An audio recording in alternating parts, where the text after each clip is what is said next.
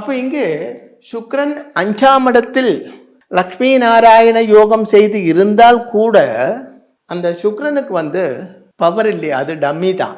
ஏனென்றால் சுக்கிரனோட வீட்டில் ராகு ப்ளஸ் மானி இந்த கிரகங்கள் இருக்கிறது. மானி அதுக்கு பெரிய ஒரு செப்பரேட்டிவ் டெண்டன்சி மானிக்கு கிடையாது. ஆனால் செப்பரேட்டிவ் டெண்டன்சி சூரியனுக்கு 100, சனிக்கு 1000, ராகுவுக்கு கோடி. அப்படித்தான் அந்த செப்பரேட்டிவ் டெண்டன்சி என்ற அந்த பவர். அப்போ இங்கே அது ஒர்க் அவுட் ஆகிறது இல்லை. பிளஸ் 10ஆம் இடம் பார்க்கலாம். 10ஆம் இடத்துக்கு அதிபனாக இருக்கப்பட்ட புதன் 1, 2, 3, 4, 5ஆம் இடத்துல இருக்கிறது.